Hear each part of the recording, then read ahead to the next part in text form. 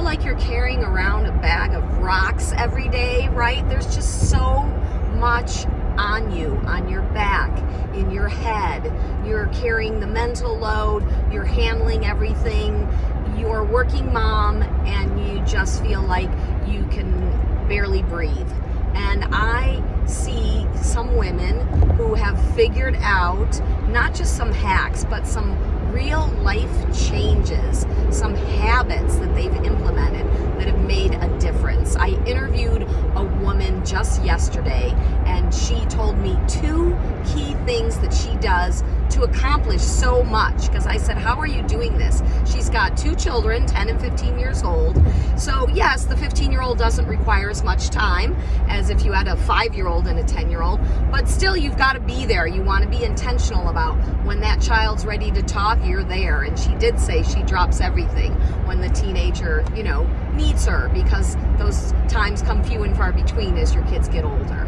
So that's part of what we're going to talk about, is the intentionality and what you put your intention to. She's very focused when she does something. She's very intentional about what she puts her time to, and she pays attention to what she's doing and gets rid of, stops, doesn't do those things that are such time wasters. But sometimes you don't realize it until after the fact.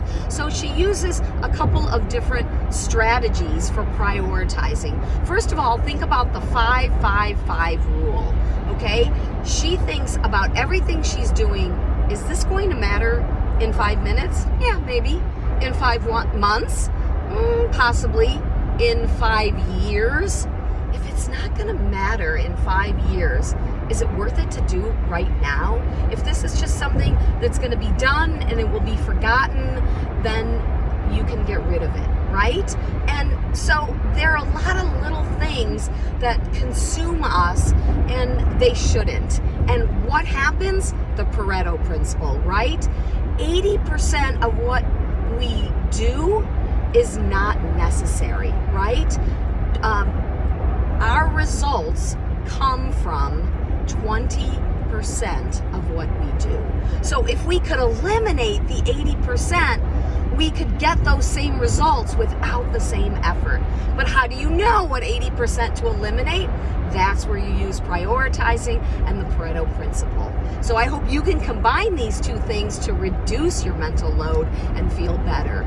If you need help with childcare to reduce your mental load, contact us at momsub.com.